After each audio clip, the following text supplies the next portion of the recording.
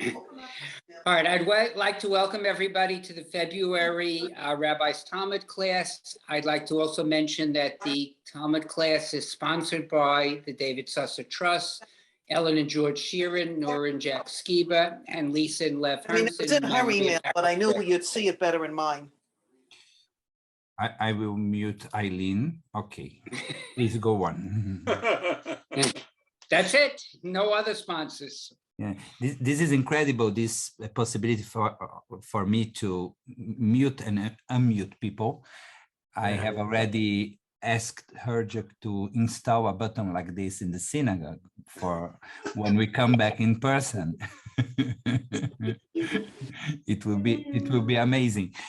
Thank you so much for joining me once again this night. And I hope we are going to have a very nice and pleasant conversation. And before sharing with you the sources, I see there are many people still joining. I'd like to tell you a story. When you have to go over here. Okay, when people come, they come with the mics open. So okay, Beverly is muted. Okay, so when I was in Israel studying to become a rabbi, I had halacha classes with Moshe Benovitz. Moshe Benovitz is not a rabbi, but he is a conservative Jew who has his doctorate and postdoctorate on halacha.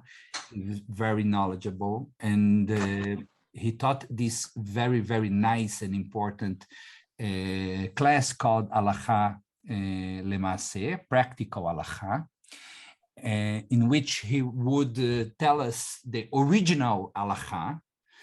And then he would discuss with us the development of that original halacha.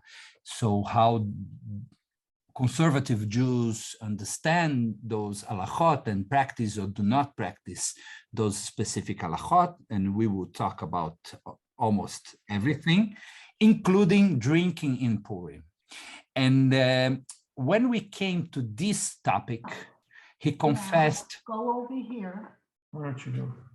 So yes, when we came to this topic, he confessed to us that this was the most difficult halacha for him to fulfill, drinking in Purim. And he said putting on tefillin every day wasn't difficult.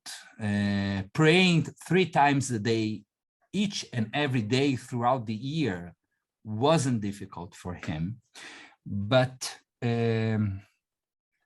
drinking in Purim, he doesn't like to drink, and he understood it that he had to be drunk during Purim, and he had to drink until the point, and we will study the Talmud famous text in a while, that he could not discern, he could not differentiate anymore between Haman and Mordechai. So he understood it to be a fair amount of alcohol, and he did it each and every year. But he considered it to be for him the most challenging, the most difficult halacha. So I will, in a short while, share with you the text and start reading, and I would love also to have your participation. So once we read the text, I will ask you to tell me what you understand from those texts. So I'm sharing my screen. Here it is. Can you read? Can you see it? Yes. Yes. Great. Yes. So here we are. I will read it. The first text is from Babylonian Talmud Tractate Megillah, so Masechet Megillah, and actually this will be the only someone's mic is open. Yeah, actually, it will be the only Talmudic source that we will study tonight. And all the other texts, and I will bring to you several different texts, will be comments on this single passage.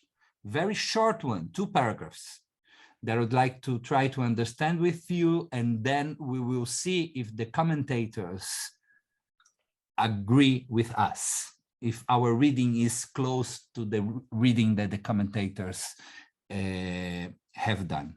So Rava said, one is obligated to become intoxicated on Purim until one does not know the difference between cursed is Haman and blessed is Mordechai. We have someone's mic still open. I will ask you to unmute yourselves if you could. Then feel free to open it again when you will eventually participate. So Rava said one is obligated to become intoxicated on Purim until one does not know the difference between cursed is Haman and blessed is Mordechai. So this is a very, very well-known sentence. And then the Talmud continues. Rava and Rabbi Zera had the Purim feast together. They became intoxicated. Rava arose and slew Rabbi Zera. The next day, Rava prayed for mercy and revived him. The next year, Rava asked him, Rabbi Zera, who was revived, let master, or let you come, and we will have the Purim feast together. So he invited him to repeat the experience. Rabbi Zera answered him, not every time does a miracle occur. So this is the basic text that we will talk about, and all the commentators that we will read in sequence, they refer to this first passage, to this first source. So before I go to the commentators, or I bring some comments on those 2 paragraphs, I would love you to share with me your thoughts on what we have just read. I think it's clear. We have a general ruling, and then we have a story afterwards. And the big question is, how are both paragraphs related to each other? So how does the story reinforces, or on the contrary, cancels the idea brought in the first paragraph? Do you want me to share it again for a while before we go to discuss? I will read it once again. So Rava said one is obligated to become intoxicated on Purim until one does not know the difference between cursed is Haman and blessed is Mordechai. So this is the ruling, this is the law, this is the tradition. It's not clear, but this is the opening of that text, of that passage. And then we have a short story. Rava and Rabbi Zera had the Purim feast together. They became intoxicated. Rava arose and murdered, slew Rabbi Zera. The next day, Rava prayed for mercy and revived him. The next year, Rava asked him, Rabbi Zera, let master, let you come, and we will have the Purim feast together. Rabbi Zera answered him, not every time does a miracle occur. So I am not going to join you for Purim, because if you murder me again, if you kill me again, I'm not sure that I will be able to live again, to revive. So this is the source. So I'd like to hear some comments from you before I go to the commentators, and maybe I will bring one or two ideas. Please feel free to open your mic and to see what do you read there and what is the relation between the first and the second paragraph.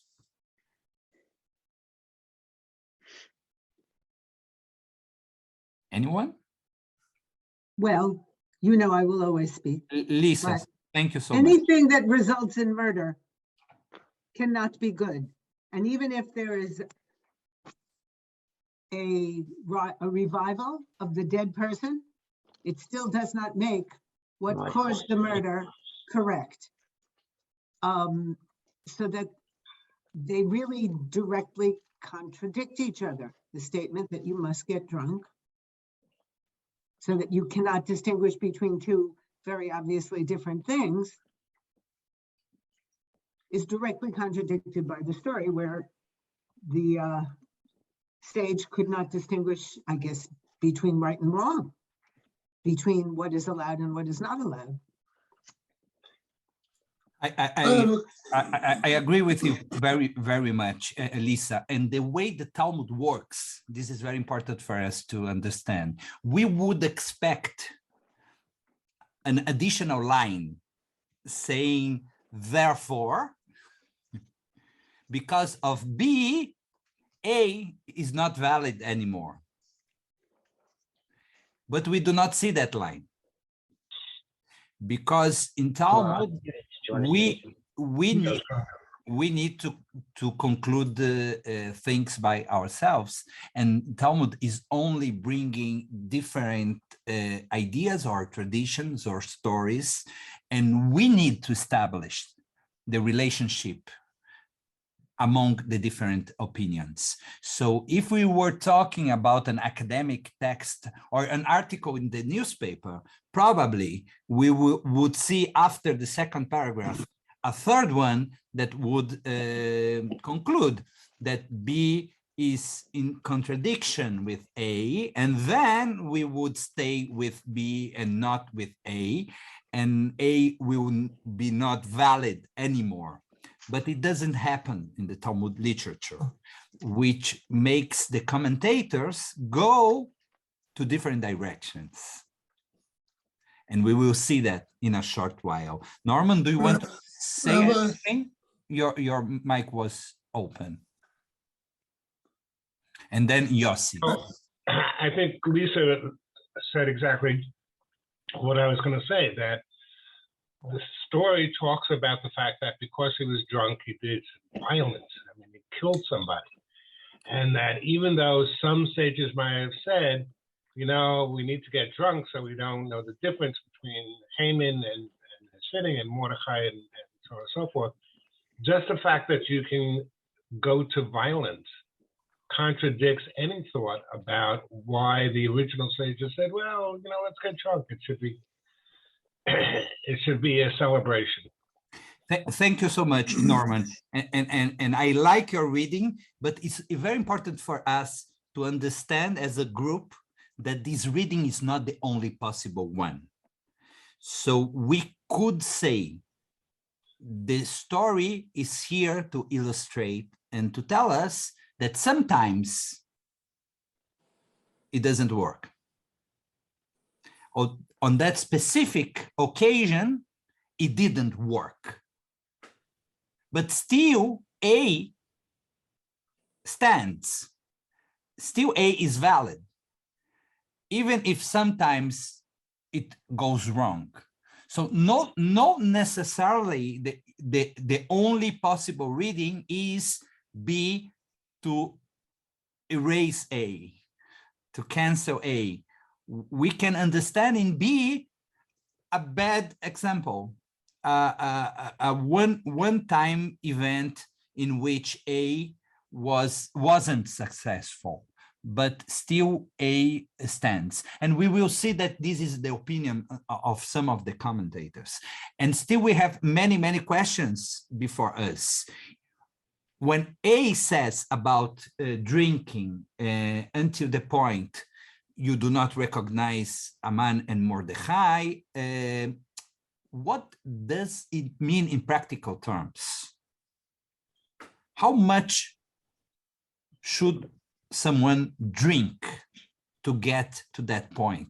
Is that a very objective and logical statement, or are we just joking, kidding? Is this a kind of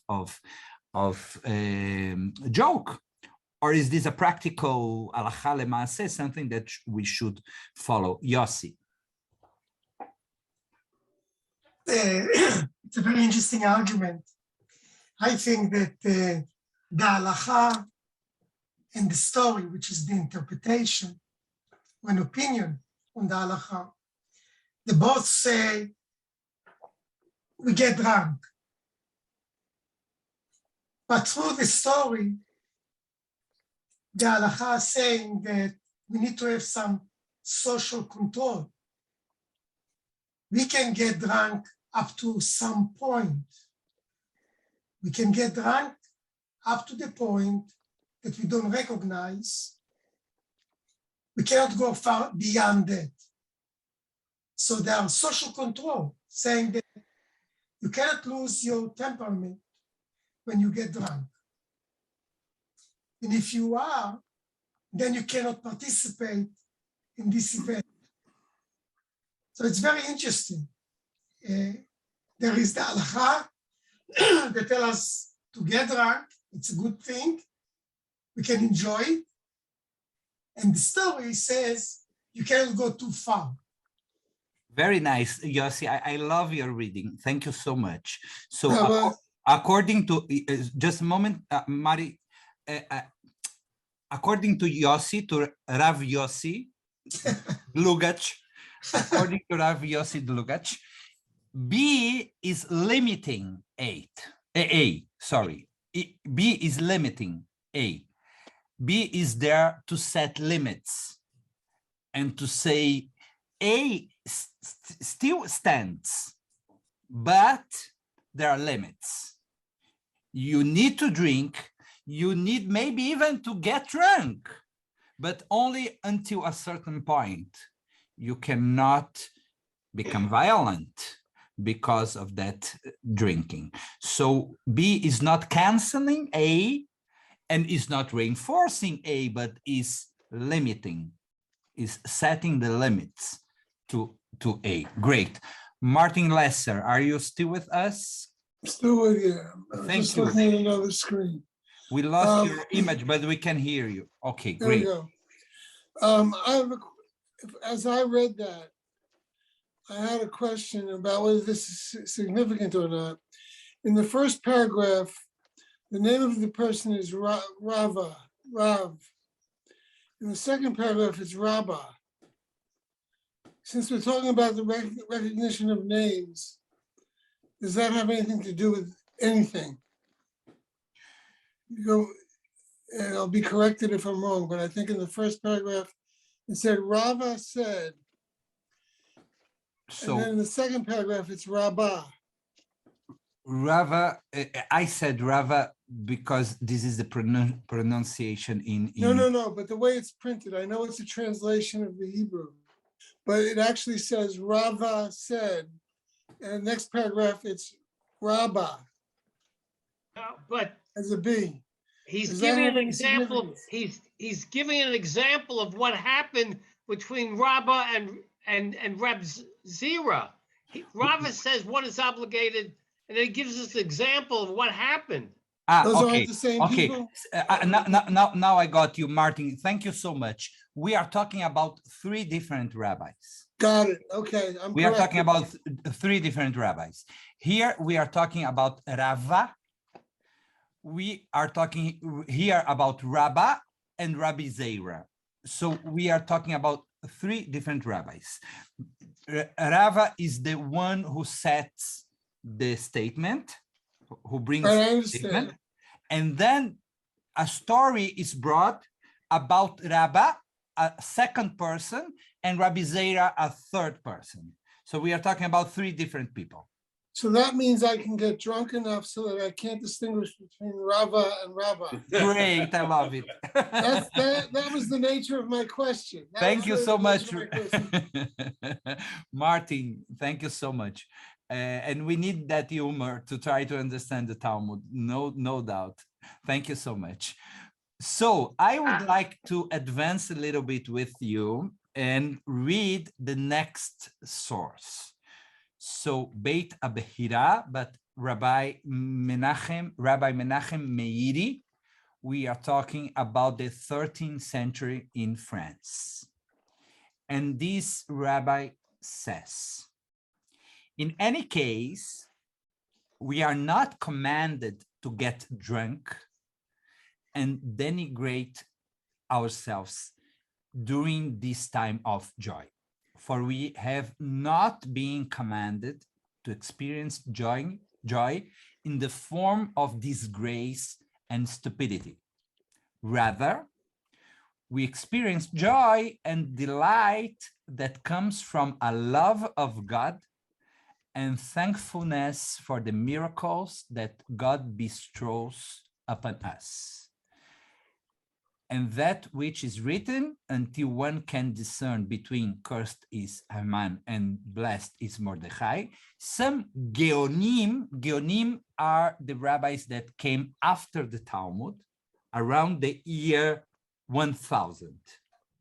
So the Talmud finishes around the 7th century, 6th, 7th century, and around the 10th century, the year 1000, the Geonim interpreted the Talmud.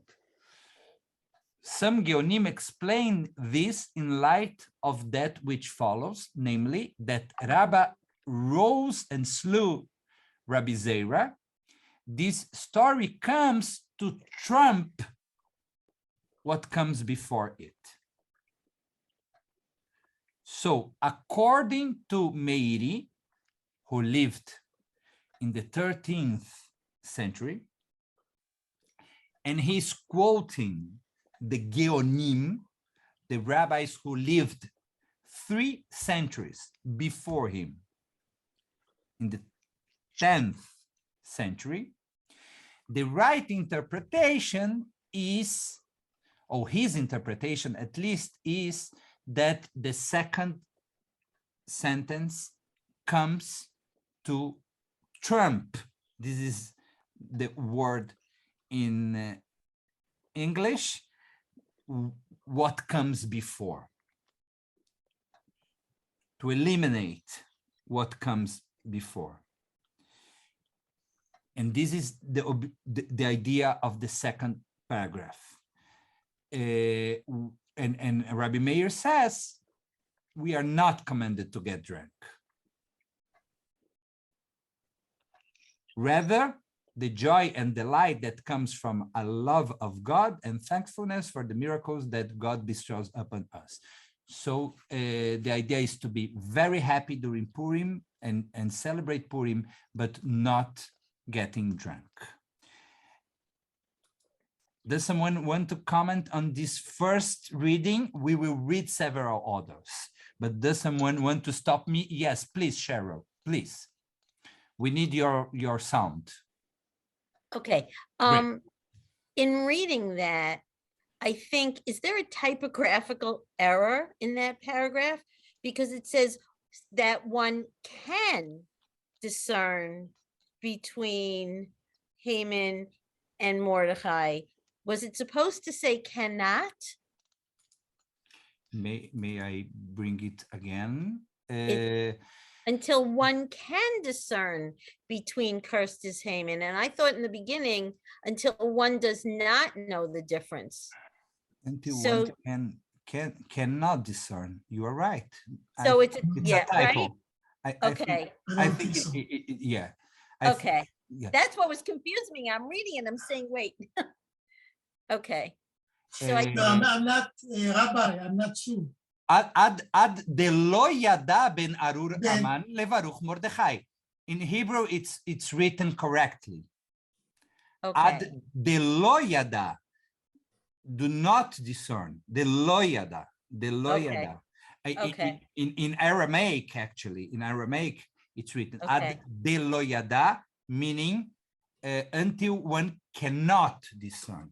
Cannot okay, discern. so when they wrote the English, they made a When they mistake. wrote the English, they make Okay, we can build on their mistake. Right. Freud will do that, but you are totally right. Yes. So Okay. the idea being until one cannot discern between cursed is Haman and blessed is Mordechai. Yossi, do you want to add anything? Yeah, Yes, please. I'm not sure, Rabbi.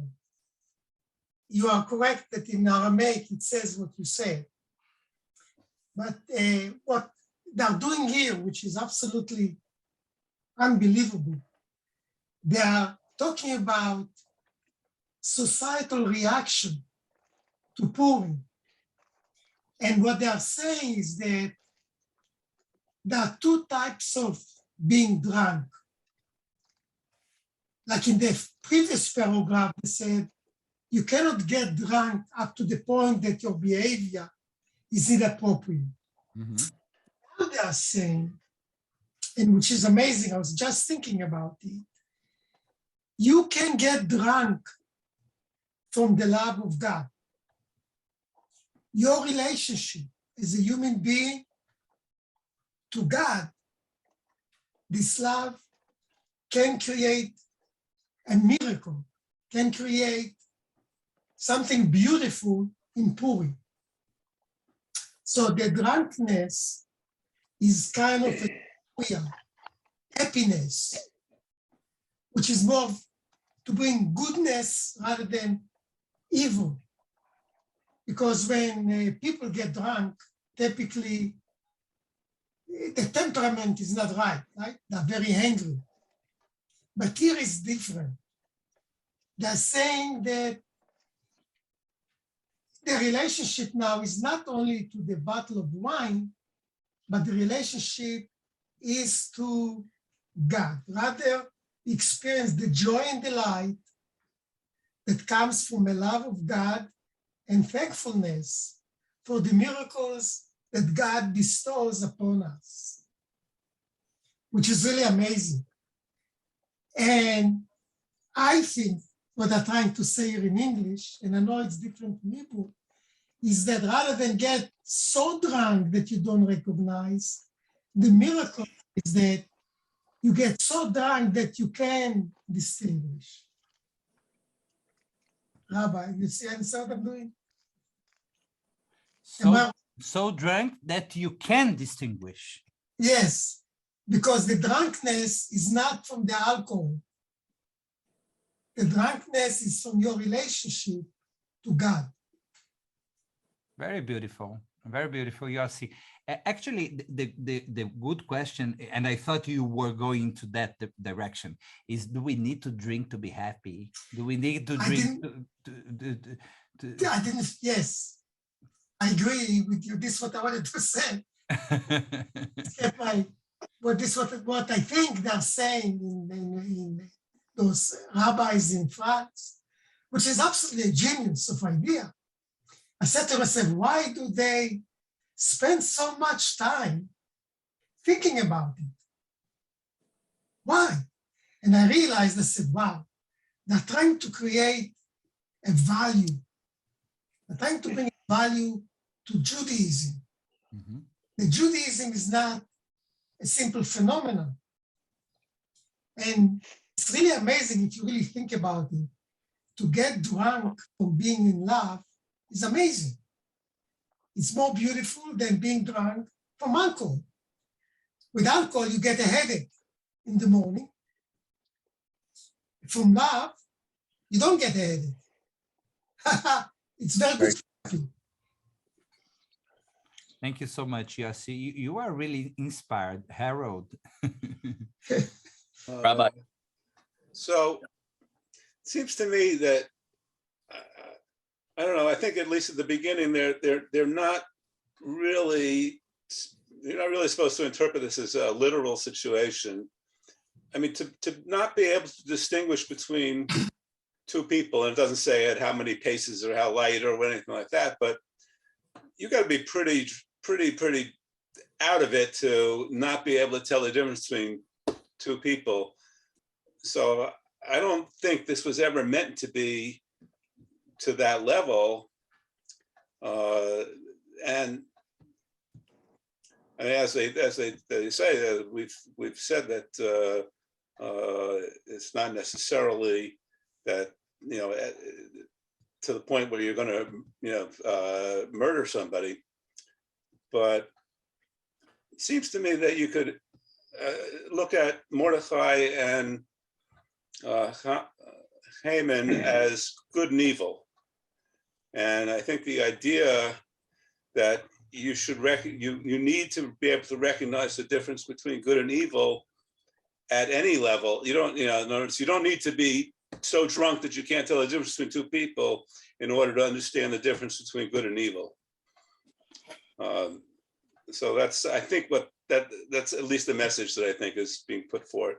Very nice, Harold. What you are saying, if I understand you correctly, is that the very fact that it brings an extreme case in which the drunk person will not differentiate between Haman and Mordechai. How much does this person need to drink? We are talking about drinking a lot. Yeah. The very evidence that it is there in the first paragraph. We don't even need the second paragraph to understand that it's it's yeah. Help me. So I was listening to Harold. Yes. And I said to myself, I have a bit more questions now. The stories about Rabbi killing Rabbi Zera is very bizarre. If understood literally, which is how Harold tried to explain, how was the Rabbi able to revive Rabbi Zera from the dead? If you look at it from a figurative point of view, right? How would the rabbi kill him in the first place? If it's interpreted figuratively, why does the Talmud tell the story at all? Sort of portraying Rabbi acting out of control, but he was the initial one to say, basically follow my prescription to drink on Purim. Maybe you can have an answer for that. I don't know. Does this relates most likely to Mordechai? Maybe Rabbi is trying to warn us about Mordechai. Maybe his idea that Mordechai is not truly a hero. Perhaps maybe saying that perhaps Mordechai should have bowed to Haman. Wow, Felix, what I can tell you is that the classical interpretation normally differentiates between legends and laws. Correct.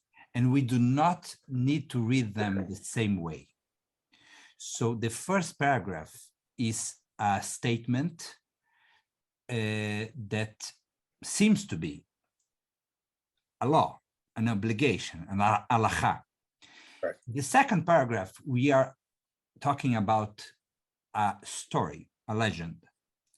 And we do not need to apply the same interpretation tools to both of them. So the first one, we would need to say, how does it impact my life? And how do I need to proceed in Purim?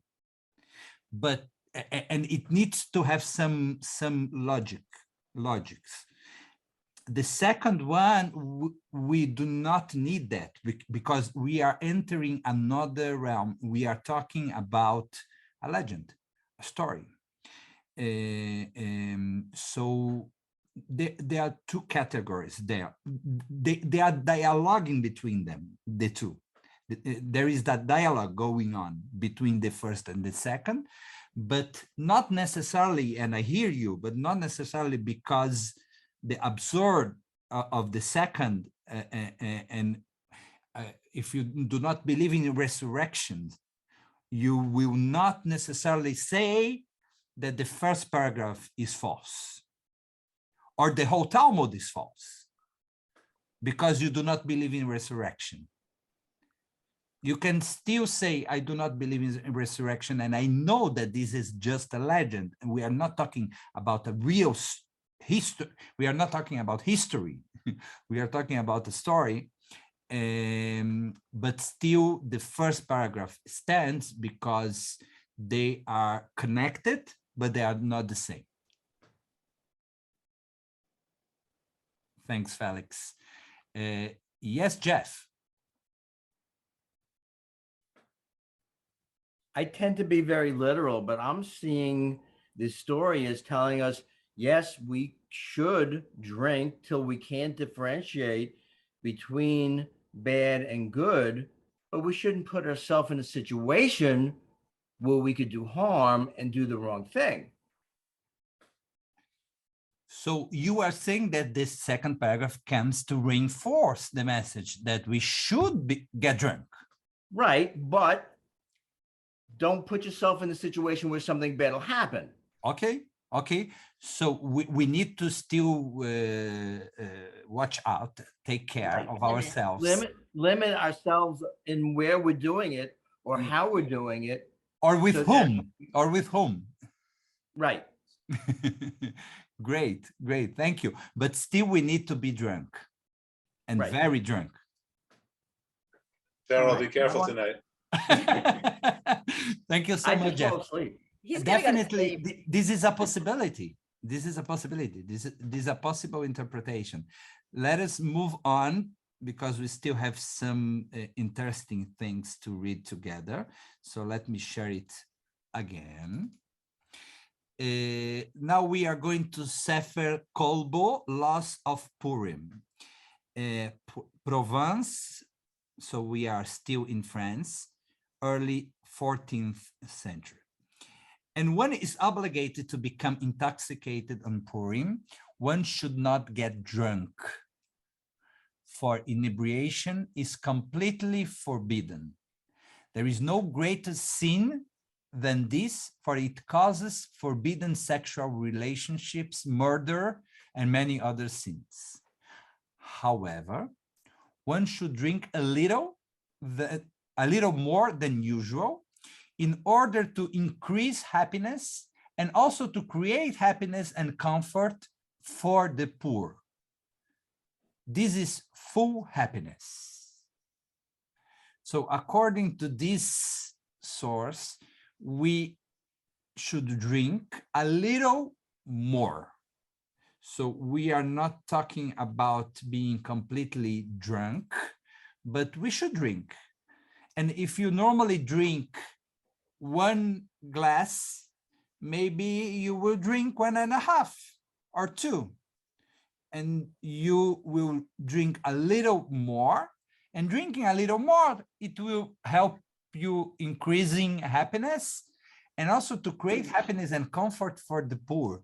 I don't understand how is it connected one to the other. It's a little bit difficult to connect, but okay, somehow maybe you will be more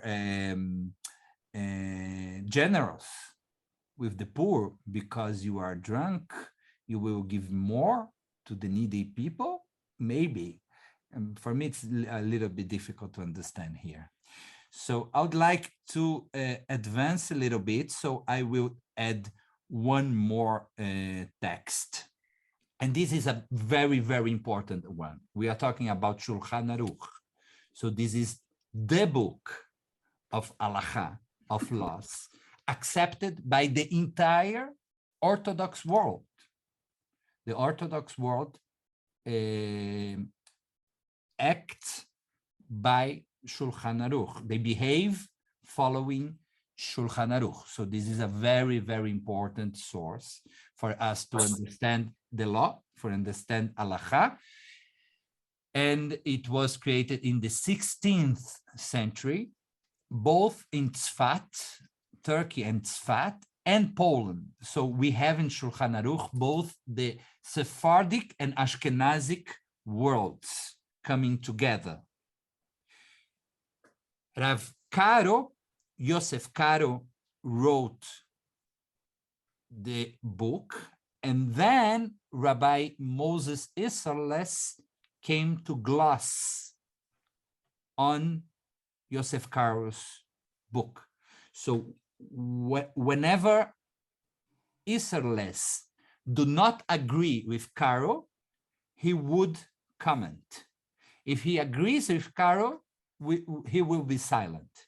So if somewhere we see only Karo, we understand that the Sephardic and the Ashkenazic world agree with each other. There is one single halacha for both. But when we see Rabbi Isserles, as we see here, we understand that there is a dispute. There is a difference between how Sephardic and Ashkenazic Jews behave.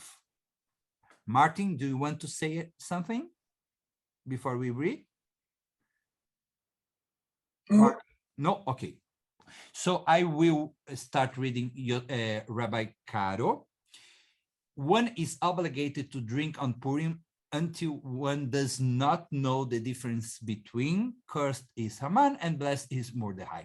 So the only thing he did is to copy and paste from Talmud. But it means a lot. It means that he agrees.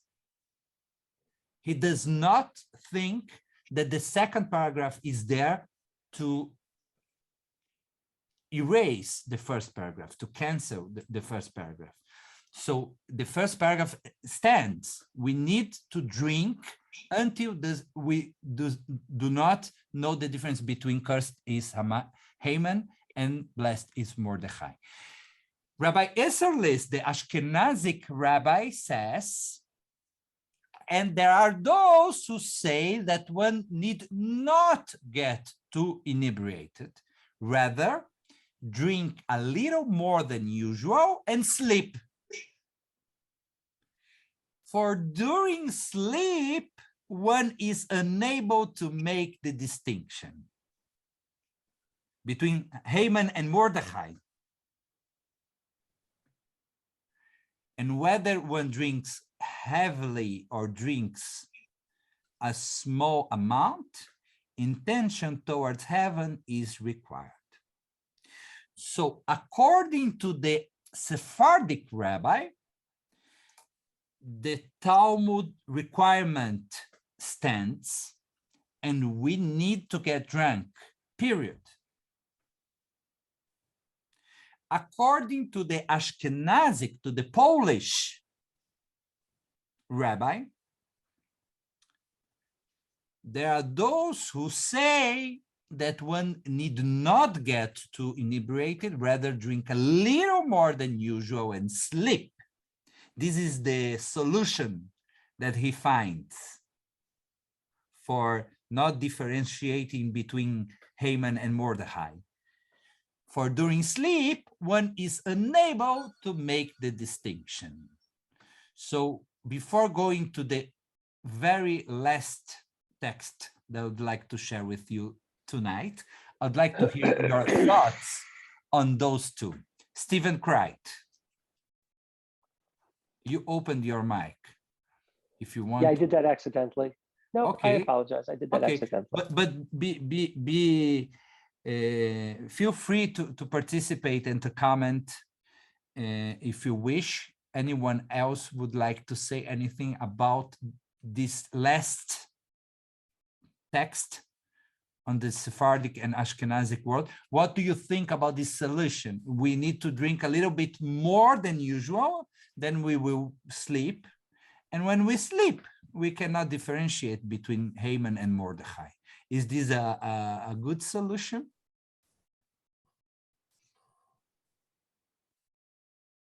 Anyone? I'll make a comment. If you're sleeping, Rabbi, you can't really get into trouble. You're not driving your car. You're not getting into a fight with anybody. You're just sleeping it off. You can't tell the difference. And I'll tell you, based upon all this, I would never get that drunk. 2 drinks and I'm sleeping. So perfect solution. Perfect solution. For you, and maybe for many people too. Yes, Yossi. I think that if you take it within the context of the 3 paragraphs, from the beginning to where we are now, what is so brilliant about that, and they're doing it over 1,000 years, if not more, they are discussing a very important issue.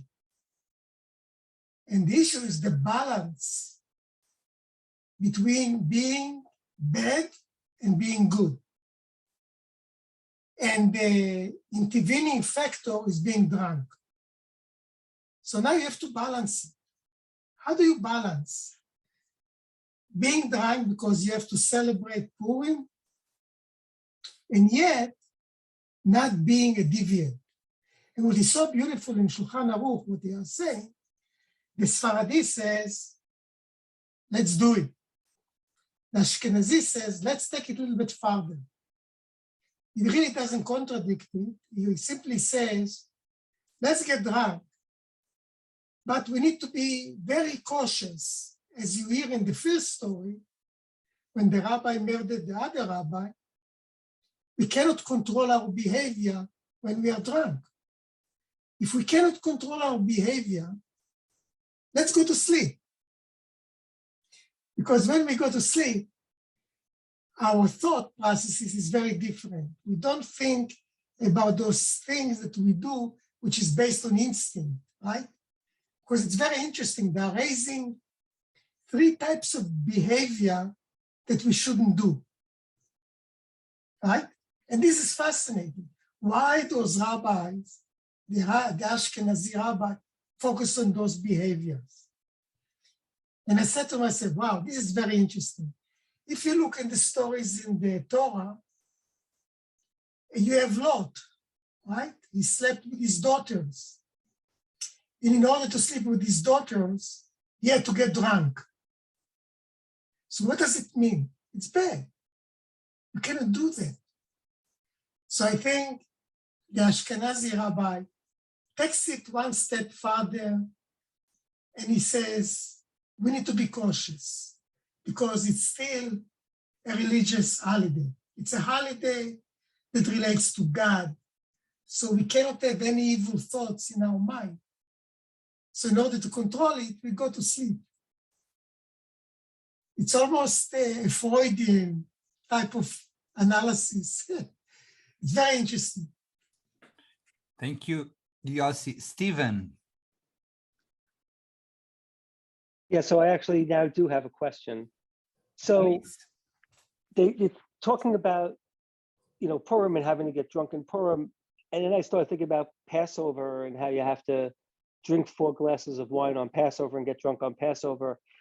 Was there any discussions ever about, should you be drunker on Purim than you are on Passover? Yes, there are. There are, and it's a very interesting question. Thank you so much for asking.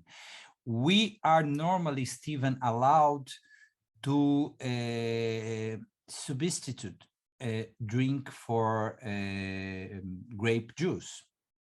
So on Kabbalat Shabbat, if you want to use grape juice, it's okay. In a wedding ceremony, if you want to use grape juice, it's okay too. But the rabbis say that not in Pesach. We need to drink wine, 4 cups of wine. And why? Because they understood that the wine is key, is important to help us to enter this fantasy of feeling like the slaves who are being freed. We are demanded during Pesach, חייב אדם לראות את עצמו כאילו הוא יצא ממצרים. We need to consider ourselves in Pesach as if we were crossing the Red Sea, as if we were being freed. And in order to do that, we cannot be 100% conscious. we need a little bit of alcohol to enter that game, to being able to play that character and to live as the slave who is getting freedom. And in Purim too, we cannot substitute wine for grape juice, because the idea in Purim is to get drunk, at least a little. But in other holidays like Shavuot, for instance, or Sukkot, you can drink grape juice. Thank you for your question. Yes, Hannah. Actually, we actually could see it also as a test of character. It's a little bit what Yossi was saying, that if someone has such hostility in them, you know, let's see, it's brought out when they're really, really drunk. If you're not sure, go to sleep, you know. Very nice. Be the safest way. Very nice. Thank you. Actually, the solution of this the sleep thing, I am a little bit torn. I feel that on one hand, it's forcing a little bit the text. It's not there. So the sleeping solution is out of blue. I don't see a source for that in the text. I don't see a hint. But at the same time, I think it's nice because the Ashkenazic rabbi clearly didn't want us to be drunk or to be too much drunk, but he still had to deal with the text. How to deal with this idea of not distinguishing between Haman and Mordechai. So he came up with this solution a little bit from nowhere, but to respect the text. I think the intention is beautiful. The solution is a little bit, I don't like it that much. Okay, so now we will go to the very last text, and we will conclude with this text that will bring it to our reality, and we will see someone questioning a rabbi about how to deal with that in connection to alcohol addiction. And alcohol addiction is a real problem. It's a real problem. It's a real problem in our society, and it's a real problem how young people is getting access to alcohol and drinking very, very soon in their development. So we will deal with this last question. And now I would like one volunteer to read this last text. Who would like to do it? Barbara, could you read for us?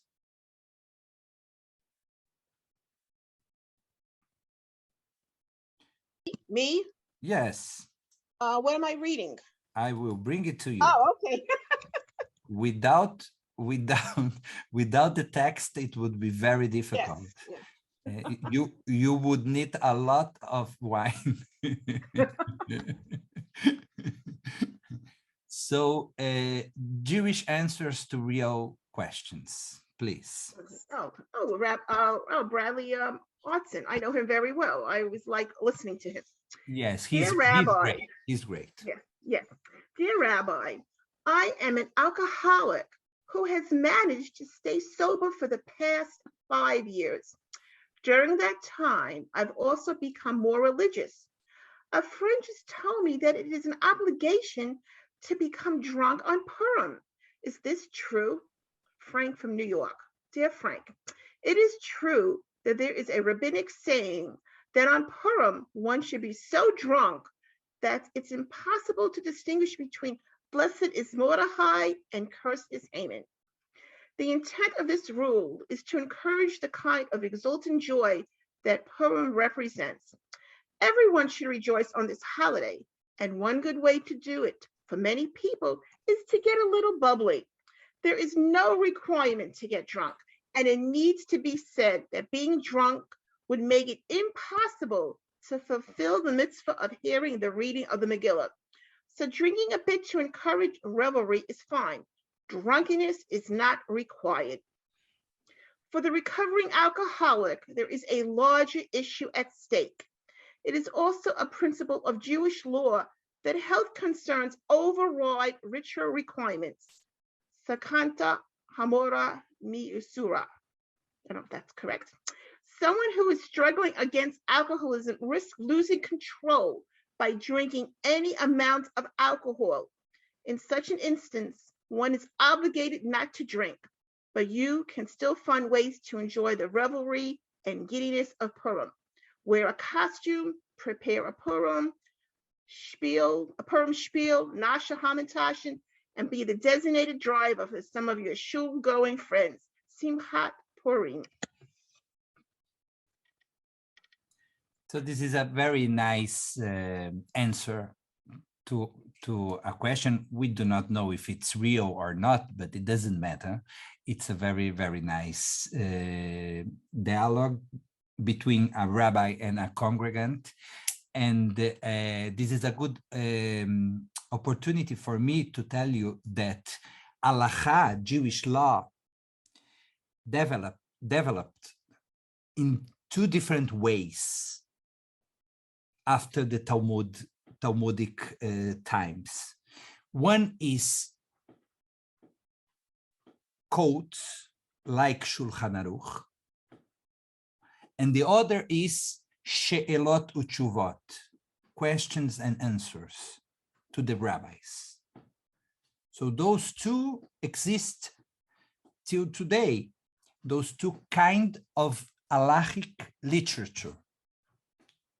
One of them is those codes, the codex, the codes that you will find the laws organized by subject, by themes.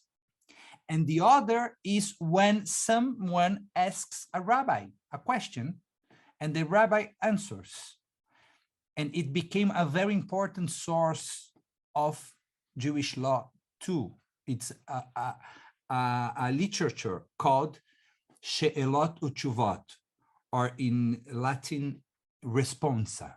The responsa, or she'elot uchuvot, is the way that the rabbis in different times and different congregations answered to their congregants about different issues. So this is one way, and the other way are the codes or the codex. So what do you think about this last source, the last text? And we have 2 minutes left to comment before we conclude.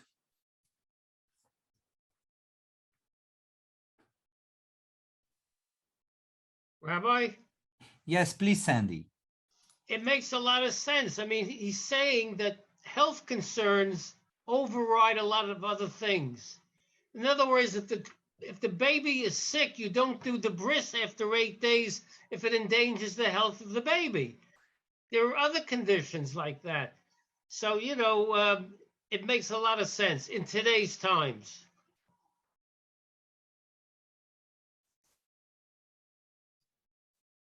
Thank you, Sandy. And as Barbara read correctly, Sakanta Hamura Misura. It sounds a little bit like Japanese, but it's not. It's Aramaic. And it says health concerns override ritual requirements. So if you want to, if you are concerned about health, you can skip any Jewish law, any Jewish requirement. Yes, Hannah, please. Yeah, I agree with what Sandy said, but I don't like that he nulled what the commandment is. Why does he have the right to say, you're not supposed? I've always heard that is the edict to get drunk on Purim. So I don't know why he had to say that. Although there are exceptions, in that case sounded correct thing to ask, to say. So in other words, you agree with his ruling for that specific person, but not with the general ruling, because he doesn't deal with the Talmudic requirement. Is it right? Okay, Beverly? I wanted to respond to what Hannah was saying. It's also that if you're an Orthodox Jew or you observe Shabbat and you can't get home in time for Shabbat because somebody is sick, or you need to go to the hospital because somebody is sick and it's Shabbos, you're allowed to break the law of Shabbos. You're allowed to drive to the hospital to take them to the hospital. So that's also overriding the rule. So I think Rabbi Artson is absolutely right about this. I think if you're going to be sick from drinking, even if you're not an alcoholic, you just get sick from alcohol, you shouldn't be drinking. Great, Beverly. Thank you. And I think that Hannah agrees with you. I think that what Hannah points is connected to the first paragraph. So why wouldn't Rabbi Artson agree with the general ruling? So the specific ruling for that person, we agree. Is it right, Hannah? Do I understand you correctly? Yes. Okay. Yes. You are questioning his general ruling and not the ruling for that specific case. Right. Okay. His Okay. authority to wipe out the Talmud. edict of Purim. Yeah. Yeah. Why can? Okay. Thank you so much. Thank you, Beverly, too. Great. Anyone else? So I would like to thank you so much for another Talmud session. I hope you enjoyed. And we will advertise very soon the next one. Thank you so much. I hope to see you very soon again.